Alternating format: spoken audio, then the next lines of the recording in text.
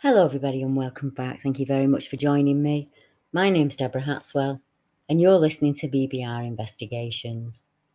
As previously reported, paranormal and unexplained cases are dramatically on the increase here in the UK and on a global scale.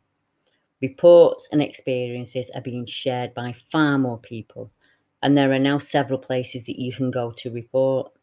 Sadly, here in the UK, the media is not yet mature enough for a subject like Bigfoot, and our latest report fared no better when it was reported to the press just last month in August. Tonight, I have the recent account of a British Bigfoot, which was spotted on the 27th of August 2022, and I'll also be sharing some viewer-requested cases with you, and I'm sure that you'll enjoy them. So the main question was Bigfoot spotted on a British beach? Terrified tourists report seeing a 15-foot tall beast. It has been reported that several visitors to a popular Norfolk beach have made reports of seeing a strange creature described by one of them as Schwarzenegger-like, and a strange set of footprints were found in the sand. Is this a clever trick made by some locals, or is it something more underhand? I asked this as the news story was buried within hours of it being made public. Like most investigators and reporters, I have several sources that send me media reports from all across the globe. A simple Google alert does the same. You just put in some simple keywords like Bigfoot UK or, strange creature. Yet there were no media reports for this report. I was only made aware of it after a BBR member messaged me to ask if I'd heard about the report itself. It took a bit of searching, but I did manage to track down the original posting, which is as follows. The story broke on the 27th of August this year. Bigfoot was spotted on British beaches. Terrified tourists report seeing a 15-foot tall beast when taken in the sunshine while on holiday in Norfolk. Some of the people suspect it could be Bigfoot. Visitors reported seeing a massive beast on Holkham Beach over the past week. One sunseeker said he saw a 15-foot tall creature, and another man said he saw a strange set of footprints. And it's the first time evidence of the woodland wild man has been seen in the area, said the newspaper, although there have been many rumours of weird goings on. One man in North Norfolk, who wanted to remain anonymous, said he'd nipped off for a wee in the sand dunes when he spotted the monster last weekend. He said, I was with a group of friends paddleboarding, and I'd gone for a wee in the dunes when I spotted something out of the corner of my eye. I saw this thing, and it was about 15 foot tall. Certainly more than double my height, and built like Arnie. It glanced around at me, and I just stood frozen to the spot, and then it bounded off across the dunes into the pine forest there. He added, I told my friends what I'd seen, but just laughed at me and told me I should get some glasses. On the Monday, Clemmy Long, 31, spotted two huge footprints as she walked along the beach with her dog Dusty. She said, all of a sudden, Dusty put her nose right to the ground and she pulled me along. She's never been so insistent about something, and she took me straight to those footprints. When I saw them, I couldn't believe it. They must be 5 times the size of a human footprint. Another local man, Graham Yardley, who's 29, said he had heard of Bigfoot in the area when he was a kid.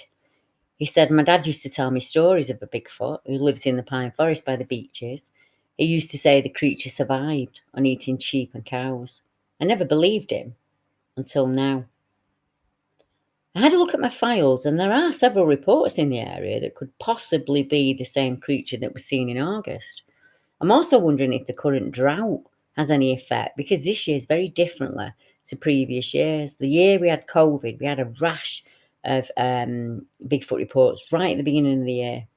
And then last year, because it was so rainy, we had a lot of floods, and the reports came in very early, and all of the accounts were around waterways. This year, the reports are coming very late, and I wonder if that's because of the drought. And as you know, the whole country's been under it for months now. There is another encounter quite close by that I'd like to read, and that's 2018, and it happened in Holt Country Park. And it was the father who made the report. He's a naturalist and an avid outdoorsman, and he made the report on behalf of his son, Liam. And he says, Liam experienced something very strange in summer, and he was in Holt Country Park. He was 22 at the time and was still heavily into photography. He goes for walks around the mixed woodland park, taking pictures of wildlife and things like that.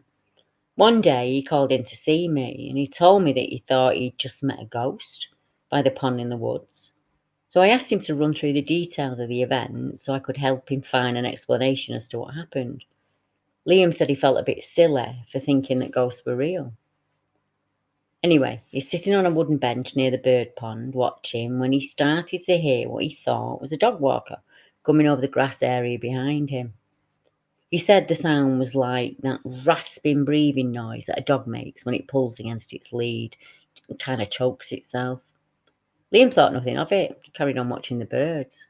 After a while, he realised the noise was getting closer. So he stood up, expecting to see someone with a dog, but there was nobody there. The breathing sound kept coming closer and closer to where he was sitting.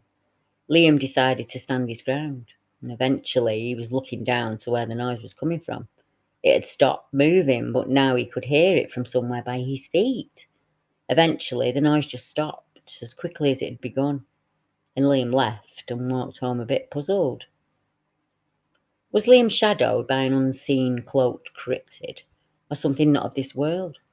Norfolk is known for its long history of paranormal, supernatural, and unexplained events that stretch back far into history.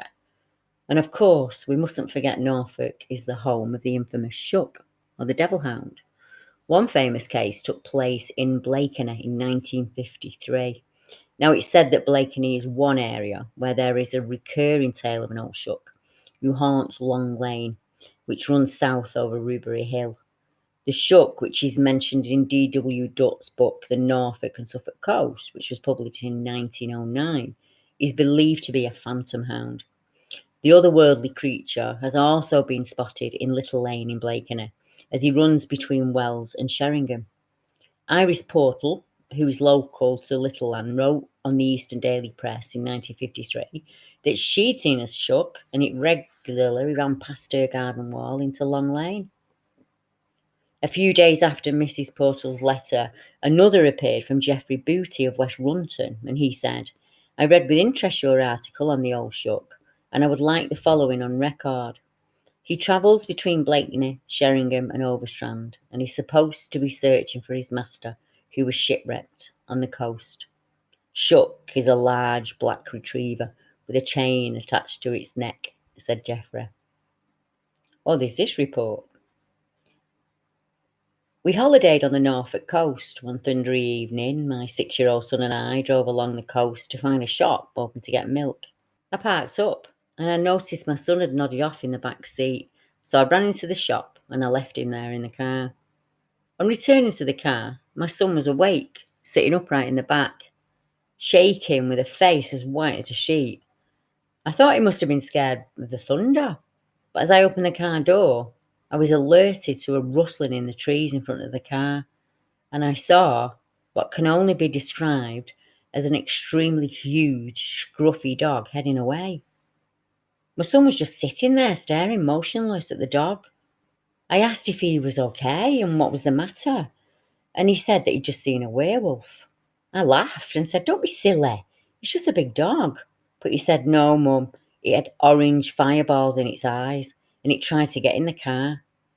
The following morning, when packing up the car, I was astounded to find big, muddy paw prints on the bonnet and on the back windows. Well, if you're thinking of booking next year's holiday, you might find Norfolk's a good place to visit if you want an experience that's hard to explain. I am really grateful to Ray for sharing the Bigfoot report at Holkham Beach with me. I've known him for a number of years now, and I'd like to share with you one of his favourite cases. And this was a witness report that came into me, and he said, "Something weird happened to me when I was at work, and after thinking about it for a while, I'm still not sure of the situation." And he's talking about August of 2020. He said, "I'm now self-employed and I run my own company. I'm a locksmith, and I have been for over 20 years now. I really enjoy my job for the most part. No 2 days are the same, and I get to see lots of new and interesting places. For a number of years, a large part of my work is under contract for the utility companies, under warrants to attend various properties, and we carry out the warrant. Before we go down the moral road of that's a shocking job, I live in Scotland, and under Scottish law, people never get any property removed from them or money taken off them like they do in England. All we're there to do with a utility warrant is to check that the gas or electricity meter is safe. Usually because the property is empty and we haven't been allowed access into it to read the meter for at least over 2 years. Sometimes we may have been denied access for many years, or the home's just been standing empty for a long time. We have to make the supply to the property safe. We need to check if everything's up to code and there are no gas leaks or dangers within the property. When there are people still living at the home, and the visit's usually because they haven't paid a bill in over 5 years, we attend, we had a meter, and if possible, they pay their debt back on a payment plan of around £5 a week. I don't usually get involved in any of that. My job's just to open the doors. But I still get threatened. I even get attacked on the odd time. I just try not to take it personally. We normally cover the west of Scotland and do all commercial and domestic jobs, and maybe about twice a year we get a rural run out to the farms, which are way out in the countryside, and some are nightmare houses to find, like old B&Bs and abandoned farms situated way in the middle of the sticks. When we get these runs, I usually take the warrant officer with me in my van to save time, helps with directions, etc.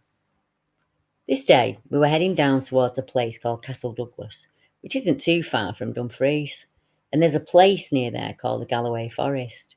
It's on the west coast of Scotland, and if you were to go directly out to sea, the first place you'd hit would be the Isle of Man. We've had 7 jobs in that area to get done that day. The warrant officer knew roughly where half the jobs were, as he'd been down and delivered the letters to all the properties the month before, which enabled the owner to make a payment arrangement with the company, and it saved us going out. But the warrant officer said he couldn't find all of them. And this wasn't anything unusual, as none of us are local to the area anyway. We have to rely on the sat-nav and the directions given by passing locals. We plodded on and got 4 of the jobs out of the way at about 1:30 p.m. However, we were struggling to find this one particular cottage, and we had a really crap signal on our mobiles. We ended up calling the office for information about the property, and we were told that it was near a dairy farm and to search for the farm on our sat-nav. Eventually I found it and off we went. And when we got there, we found the farm. It had a big gate and there were double locks and a massive sign saying private property, keep out. The office told us the address we were looking for should be close by, and there was only one road in, so we headed down that about 2 miles, and we eventually saw this kind of slightly run-down group of buildings at the bottom of the hill. Down we went, and there was a sign saying Clamady Cottage. The warrant officer checked the paperwork and said, yep, this is the place. It was a large group of buildings that made a U shape. So I drove in and did a 3-point turn in the courtyard. One thing I've learned on this job is always park so you can get away quickly, and don't let people block your van in. When we attend most jobs, 9 out of 10, we get to some sort of history of the customer or account, or if there's any problem, or to go with care, etc. If there's going to be a dog on site, we usually have a dog handler meet us at the property and they deal with the dog. Just in case, we don't want anyone getting hurt or the dog escaping and getting lost or run over. But in this job, there was nothing written down. So we were sitting in the van with the engine running, and you never get out of the van at a farm straight away, just in case there are farm dogs running around. Collies especially, they're nippy, vicious things in protect mode. He said I found that out once way too hard. We waited for the cottage owners to come out, and after a few minutes, nothing happened. I did think it was strange that there were no cars, tractors, or vehicles sitting about. I mean, usually when you come to a property like this, you usually see the odd Land Rover parked up or the owner's car. We didn't see anyone around, and the yard was completely empty. Just then the warrant officer's phone rang, and it was the engineer, and he explained he was lost and asked us for directions to the cottage. He passed him over to me, and I asked him where he was, and I did my best to direct him into where we were waiting. He was about 20 minutes behind us, he said. He stopped for the toilet, but that usually meant he stopped for something to eat as well. Once I came off the phone, I said to the warrant officer that we should knock on the door, or at least beat the horn, and he replied, look at the top right window. There's an Alsatian looking out that window at us. And sure enough, I looked, and there was, the biggest Alsatian I'd ever seen, and it was looking right at us. It had massive pointed ears, and I said, rollicks to that. I'm not going in there then. The warrant officer wasn't bothered, and he was all, don't be a wuss, and he just laughed. He used to breed German Shepherds years ago, so he totally loved them. I've got a Doberman Cross that's like a small horse, so it's not that I'm scared of dogs. It was just something about these dogs that gave me the creep. And it didn't bark, not even once. It just locked eyes with us, like we were its prey. I then took it upon myself to beat the horn to get the owner to appear, and that's when I noticed there was a second Alsatian dog. It was in the field, standing at the side of the barn, and it looked far too big to be an Alsatian. It was just so out of proportion, if that makes sense. It was standing there, peering at us too. Then it slowly started to edge down to the ground as if it was getting ready to pounce or something. The other huge dog was still up at the window watching, and there was still no barking from either of them. Just complete silence. Nothing. Just then, we heard an engine approaching, and it was the engineer. He drove into the courtyard and pulled around and parked behind me and got out of his van before we could even tell him not to. But nothing happened, and both the dogs were gone. Even the warrant officer was getting freaked out by now. We decided to just get this job over and done with and get out of there. So we knocked on the door and waited. Nothing. We looked through the downstairs windows. We saw no furniture, no signs of any dogs. We kept talking as I picked the lock on the door and then I opened it. I had my police baton ready, just in case that big dog started going mental at me. But there was absolutely nothing in there. We went in. The place was completely empty. It absolutely stunk of a musky urine smell, kind of crossed with the smell you get from fox pig. We looked in every room of the house, and there was nothing in there. The whole house was empty, and it looked as if it had been like that for some time. It had late 1970s style carpets in the living room, and it didn't look as though anyone had lived in there since then, judging by all the dust and cobwebs. The cobwebs were everywhere upstairs. The window we'd both seen the Alsatian looking at us from was up to our shoulder. So either the dog was standing up on two legs, or it was a ghost dog levitating somehow. Luckily for us, the engineer didn't have the parts to sort both meters, so we could just get out of there quickly. But on the downside, we might have to go back next year once lockdown's over. The whole time we were at the property, you could feel as if you shouldn't be there. It was really cold in the house, considering it was August. It really felt as if someone was telling you to leave, if you knew it was best for you. That makes sense.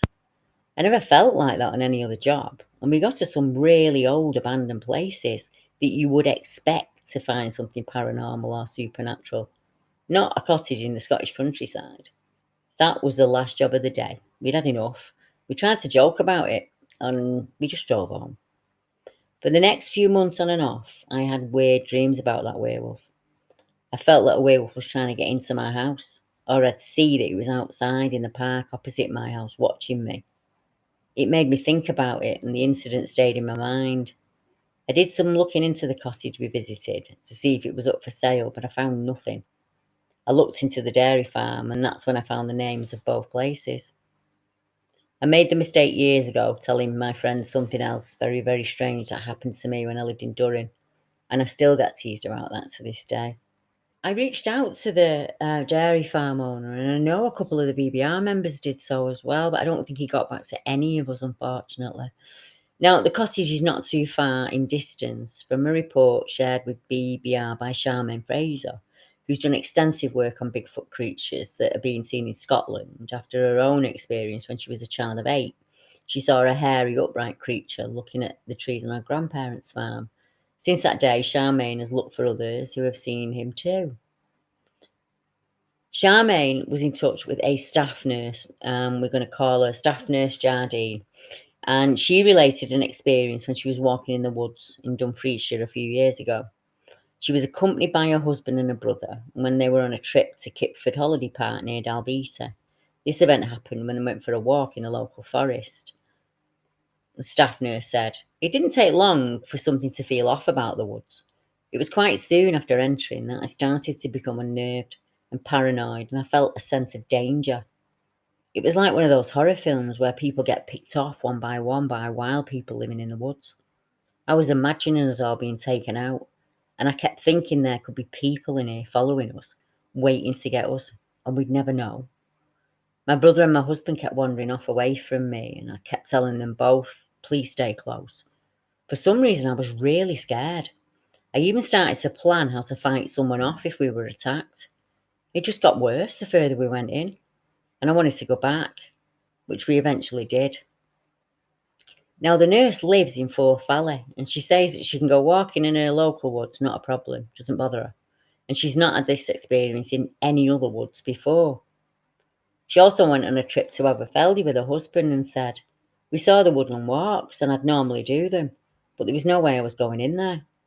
I kept thinking about what happened at Dalbeattie, and I felt the same way here as I did there. She went on to say that her previous experience had ruined walking in the woods for her.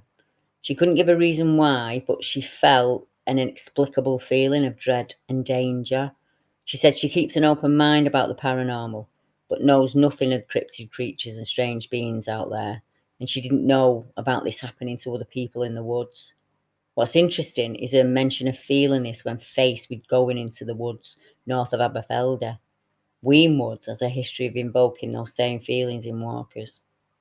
Our investigator stated, I've known and worked with her for about 4 years, and when I listened to her account, I could see how it affected her. The conversation was initially about hiking when she came out with a story, and I asked her to let me know of any more details that she could. On some of my latest podcasts, I've asked people to let me know if there's a case they would like me to cover, or if they have a favourite account. This next case I'm sharing was requested by Mark Hank from Darlington, who wanted me to reshare a report from the northwest of England entitled Hairy Teeth. Hello, Deborah. I saw your videos on YouTube and I was initially surprised at the notion that there was a large hairy biped, similar to those believed to roam in the US in our own British Isles. But after listening to your live stream with Nathan Rio from Utah, I began to wonder about an incident that occurred many years ago when I was a boy. I'm a lot older now, and I enjoy walking in the nearby countryside, just as I did when I was younger.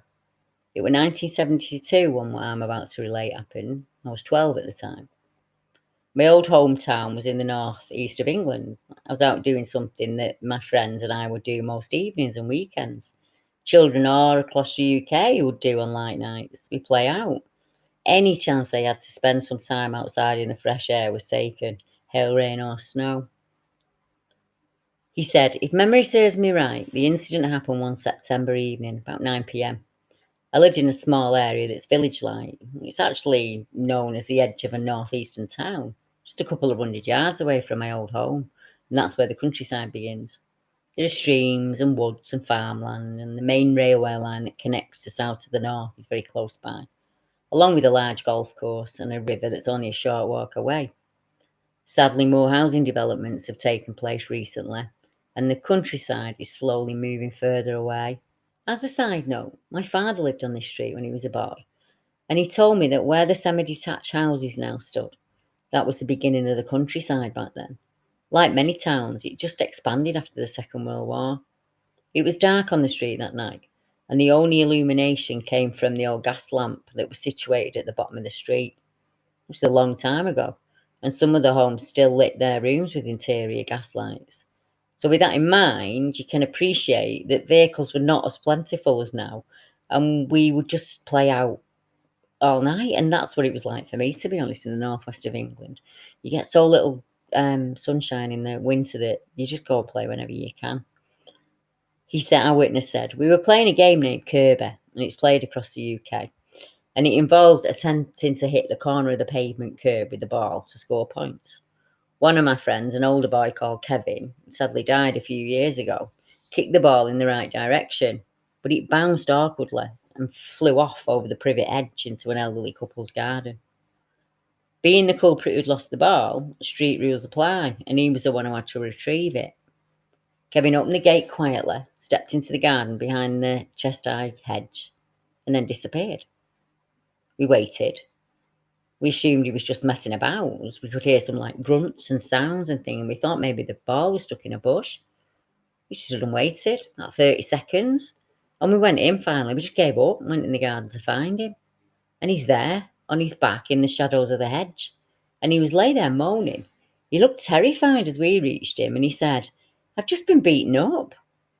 Of course, we looked around to see who else could be hiding in the garden. But there was no bushes, nowhere to hide really. Just a dark night in a shadowy garden. The garden consisted of dug over soil about 12 feet long by 7 feet wide.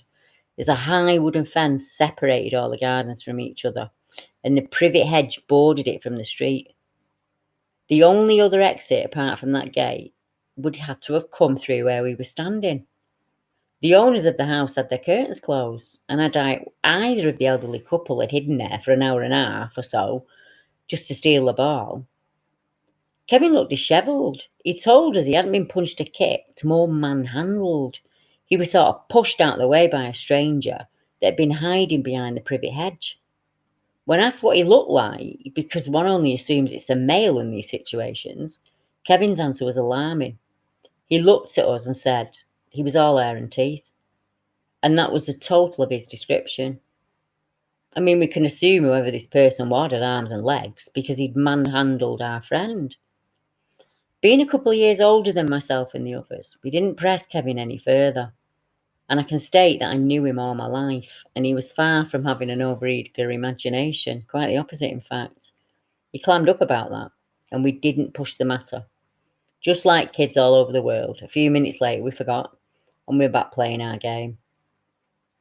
A few years later, I was sitting in a local pub with Kevin and jokingly brought up the incident of our youth, and I was surprised at the serious look on his face. He showed me that it did happen, and considering he actually still lived in the area, now being an adult and a parent, he had to force himself to analyse it. Although this time he didn't go into more detail, he did explain what he saw when he went over the hedge that night. He didn't see any eyes, and he added that that really annoyed him because you can tell a lot from someone's eyes.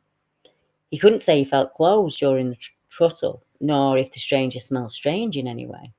Although being in the dark, damp place under the hedge, he wouldn't be able to tell. The only thing he kept saying was that he saw hair and teeth, and when asked to describe the teeth, he struggled, and he just said that there was hair and teeth. I suggested that whoever had obstructed him might just have a beard, and as Kevin said, he wasn't one for imagination or conjecture, and he didn't want to guess. Time moves on. Living in another area town, not too far from where the above incident occurred, my wife and I took a walk along the country lane. About 2010, we were getting to the age where retirement was on the cards, and some might say that memories became really important at that point. I'd heard that Kevin had passed away a few years before, and after chatting to his widow at a front gate for a while, we carried on our way. We spoke to a couple of people that I'd grown up with, and when we came across the family that we used to know, we began talking to them about the old days and how things used to be. I was surprised when my friend's wife answered an indifferent question about how things were now, that the area was much busier. She remarked that the kids were still up to their usual pranks, and from time to time, vegetables and shrubs would disappear from the garden in the area. Her husband agreed and said that his allotment garden had taken a few hits lately. It was one of her children, a small boy of around 8 or 9, and he chimed in and he said, "It wasn't kids, it's that man with hairy teeth." Well, you can imagine, that grabbed my focus, but not wanting to raise any alarm bells and make a big deal of the boy's comment, I looked quizzically at his mum and asked what he meant. And she explained that for a few years now, when the kids in the area had been coming in from their wanderings in the countryside, they'd arrive home late from doing whatever kids do. They'd occasionally mention that they'd seen the man with hairy teeth. And that's it. That's where it ended, Deb. There may be other folk out there who saw him. I'm just not sure how to find them. Our next case is one of my favourites, and one not many of you have heard before. This account was shared with me by a well-known survival expert and wild camper, and he has a YouTube channel of his own. Although these days, he's not so keen on camping alone. Deb, I only contacted you after much toing and froing. As you know, I'm a wild camper. I'm quite well known in circles. They didn't call it wild camping back when I started as a boy. It was just a night off the farm in them days. My family ran a beef and dairy farm, and it was long hours for not much pay. We always had food and plenty to barter with, but cash was always in short supply. In the countryside, people hunt their food still, and back then it was more prevalent. Pigeon, duck, rabbit, hare were all a welcome catch. Now it's frowned on by some, but I was brought up alongside nature, and one day I'll return to it. It's all just a circle. I'd go off with my brothers and my friends from around the area. We'd out to the peaks and down to the reservoir where there were always animal sign, and the stream was well stocked, so we never went hungry. Some of the lads tailed off and stopped coming altogether. Still, I still see for the odd pint now and then. But sleeping well's never left me. It's my one place I feel like me. It frees me, and I often use it as food for the soul. I'm known as a primitive toolmaker, and I usually show people how to camp in primitive ways without the use of modern tools. But sometimes even I like a few home comforts. In 2014, I was suffering with a chest infection. I'd been cooped up at home for weeks. It was autumn, but the weather was warm enough to get in one more long camp before winter. I could test and clean my camping supplies and get that long awaited job done and pack away my light gear till the warmer months next year. The fresh air would do my chest the world of good. So I set off for one of my more sedentary spots. It's set within an orchard not too far from the farm. It's got easy parking and access from the road. The farmer's a decent guy. He always has a wander over and a chinwag when I pop in. We went to school together, and as most families here will attest, we all know each other by one relative or another. I'm not going to tell you where it is, Deb. I don't want it spoiled in any way. And after what happened, I'm not too sure people should be heading that way either. I set up my gear, and with this cold bad, I had full kit with me. I had my sleeping bag, my tent, and my tarp. I got the fire going and a brew on, and the farmer wandered over for a chat. He asked me if I'd seen any strange cars or vehicles on my way in. It's about 7 a.m. now. I'd arrived about 6:15, and I told him no. I'd not passed any people or vehicles on the way in. He went on to explain that for a few weeks now, a number of chickens, eggs, and feed had been taken, and he thought it was some wandering tramp or one of the farmhands who were brought in by the picking teams, and he didn't understand why they would steal from him. If not, he would suggest maybe it was a dog or a cat sometimes. But his barley and wheat bins had been raided, which would be very hard on your average cat or dog. And so, with many protein sources available, why would they take the feed? I told him I'd be there for about 30 hours or so. I had a job to do on following Wednesday. So keep my eye out tonight, as my tent was tucked under the trees, and with the grass so high, they might not see me hidden away in there. I said if I heard anything, I'd start blowing my whistle loudly and alert him. We agreed on a plan and left it at that. I had my bobbing rod with me, so the day was spent foraging, catching dinner and the evening meal, the odd snooze and a wander along the river. It was a good day. I had everything I needed. I had a small rocket stove for me and I made a cup of tea at dusk. It wasn't too cold either. I went to bed with a good sleepy head on me. All thought of this morning's agreement completely forgotten. I must have nodded off quickly as I woke with a start. I had no idea of the time, but it was much darker outside, but the moon was out, so I could see shadows of the trees and the bushes. I listened, trying to work out what had woke me up, but I heard nothing. I realised I needed a pee, or maybe that was what had woken me. I unzipped the tent and the fly, and I nipped over to the nearest tree. I had my torch on my head, and I switched it on without thinking, as I was worried about peeing on my boots. I looked down at my aim when this feeling hit me all at once. Utter dread. I felt like I was suddenly in the middle of a war, and I couldn't see my enemy. I knew they were there watching, and they could see my every move, but I could not see them. It felt like hundreds of eyes were watching me from within the trees. I looked up quickly, and I saw eyeshine, and this eyeshine dropped to the floor and vanished. I was back in that tent like lightning, and I was stuck between staying and packing up and leaving, when I remembered the farmer and that I was supposed to be acting as a night watchman, not quivering in my sleeping bag. I lay there, I caught my breath, I slowed my breathing right down, and I made the decision to listen. If I heard anything, I'd blow the whistle loud. But nothing happened. I lay there for what felt like an eternity in silence. I slowly slid my hand into my kit bag and got hold of the whistle just in case. As the minutes ticked by, I started to feel stupid. What had I heard, really? The odd rustle of grass. But that could be any man, any animal, any bird. I didn't hear anything else for a long time, so I decided to try and sleep. I got settled, and as I was drifting back off, suddenly from nowhere that feeling was back. I felt frozen, scared out of my wits. I felt a movement to the side of my hip, and to my absolute horror, I felt something forcibly pushed under that tarp, under my tent, and under me. It felt like a huge arm, thick with muscle and hard, and I screamed like a banshee. The arm shot from under me, and I kept screaming until the farmer nearly caused his own death by opening up my tent. I screamed in his face like a man possessed. When he calmed me down and I explained what had happened, I don't think he believed me. I saw his quick glance at the miniature rum bottle beside me, but I'd filled it with linctus for my chest, and now it looked suspiciously like sloe gin. I'd awoken him, and he'd come running in the hopes of solving his chicken thief mystery.